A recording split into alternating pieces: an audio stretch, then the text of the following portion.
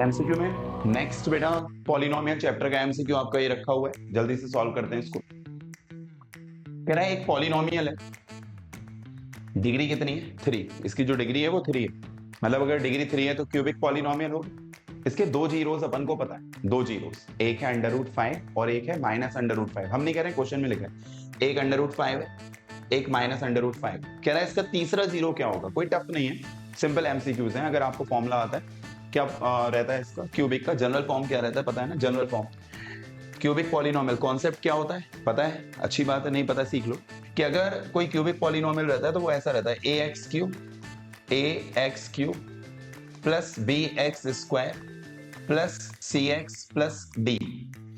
ये किसी भी क्यूबिक पॉलिनोमियल का जनरल फॉर्म होता है, ax³ plus bx² plus cx और प्लस का d। सम ऑफ जीरोस, यानी किसी क्यूबिक पॉलिनोमियल के मैक्सिमम कितने जीरोस होते हैं 3।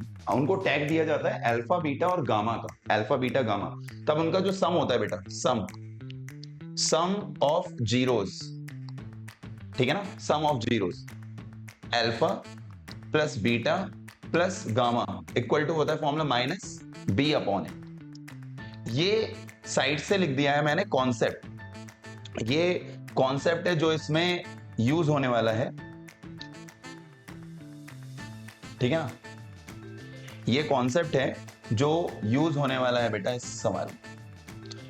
तो एमसीक्यू पढ़ते हैं और उसमें जो भी कॉन्सेप्ट यूज होता है वो साइड से बता देते हैं। जिन बच्चों को आता है अच्छी बात है, जिनको नहीं आता वो सीख लें कि एक क्यूबिक पॉलिनोमियल की जनरल फॉर्म होती है, उसके 3 जीरोस होते हैं, मैक्सिमम 3 जीरोस होते हैं, है ना, अल्फा बीटा और gamma.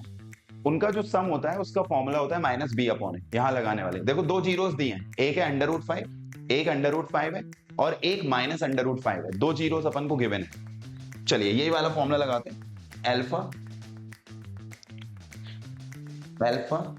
Plus beta plus gamma equal -b/। Value रखो बेटा, वैल्यू अल्फा के प्लेस पे √5, अल्फा के प्लेस पे √5 प्लस बीटा के प्लेस पे बेटा -√5 प्लस गामा के प्लेस पे बेटा, गामा के प्लेस पे निकालना है, तीसरा जीरोस अपन को निकालना, इक्वल माइनस अब b/a। b कौन होता है, x² का कोएफिशिएंट, यानी कि हिंदी लैंग्वेज में बोलें तो जो x² के बगल में होता है वो b होता है, जनरल फॉर्म से। x² के बगल में क्या नजर आ रहा है, कुछ भी नहीं, +1, तो b का काम करेगा 1/a। a क्या हो गया 1, a भी 1 हो गया। यहाँ √5 और √5 कैंसिल, एक प्लस एक माइनस, तो गामा की वैल्यू आ गई -1, तो तीसरा जीरो हो जाएगा -1। बहुत सिंपल सवाल था, कोई टफ नहीं था, है ना।